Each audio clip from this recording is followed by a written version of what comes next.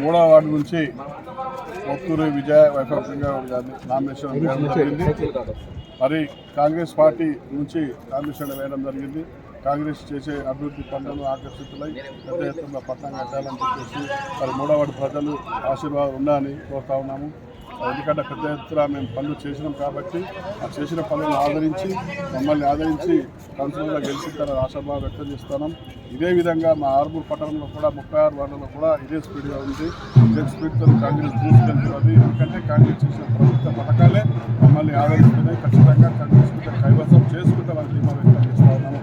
ఎందుకంటే ఇన్ని రోజుల నుంచి చేయడం ఇక్కడ నుంచి ప్రభుత్వం చేస్తున్నాం కాబట్టి కాంగ్రెస్ ప్రభుత్వం ఖచ్చితంగా వేస్తారు. బడుగు బలహీన వర్గాల కోసమే మన కాంగ్రెస్ ప్రభుత్వం పనిచేస్తుంది కాబట్టి ఎందుకంటే జీరో కరెంటు బిల్లు ఒకటి, సన్న బియ్యము ఇట్లాంటి ప్రభుత్వ పథకాలు సామాన్యుడికి అందే విధంగా ఉన్నాయి కాబట్టి ప్రభుత్వం ఉంది కాబట్టి ఖచ్చితంగా కాంగ్రెస్ జెండా ఎగుతారని తీర్మానం. జై కాంగ్రెస్.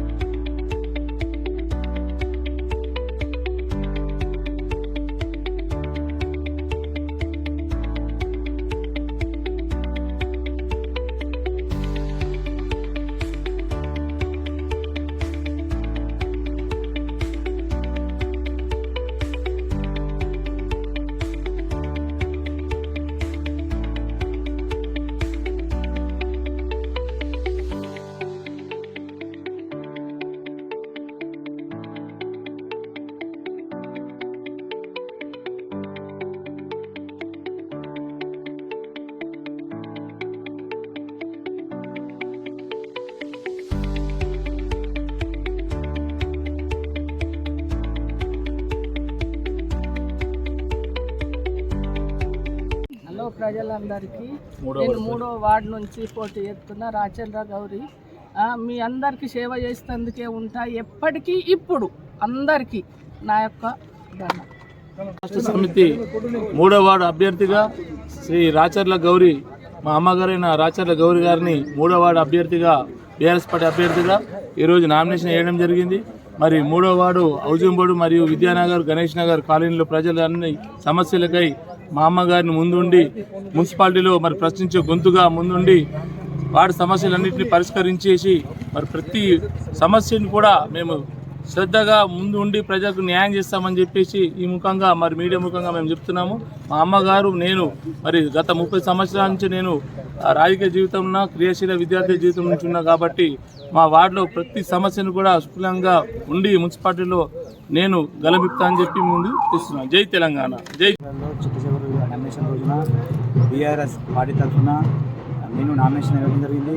దీనికి ప్రత్యేక కృతజ్ఞత మా జీవనకు ప్రత్యేక కృతజ్ఞత తెలుపుతున్నాను. మరియు నేను 32వ వార్డు అభివృద్ధి చాలా ఘనంగా చేస్తా. నా వంతు సహకారం ప్రజలు చేస్తారు. ప్రజల సహకారం నా మీద ఉన్నది. మరి నేను గతంలో జీవనన్న ఆర్మూర్లో ఎంత అభివృద్ధి చేసిందో దానికన్నా ఘనంగా నా యొక్క వార్డును అభివృద్ధి చేస్తానని కోరుకుంటున్నాను. జై జీవనన్న. జై జై తెలంగాణ. జై తెలంగాణ. కాంగ్రెస్ పార్టీ తరఫున 10వ వార్డు నుంచి కౌన్సిలర్ అభ్యర్థిగా నామినేషన్ వేయడం జరిగింది. రాష్ట్రంలో కాంగ్రెస్ పార్టీ చేస్తున్న అభివృద్ధి పనులే మాకు పట్టం కడతాయని, రానున్న రోజుల్లో మమ్మల్ని ఆశీర్వదిస్తే వార్డును మరింత అందంగా ఆదర్శవంతమైన వార్డుగా తీర్చిదిద్దుతానని,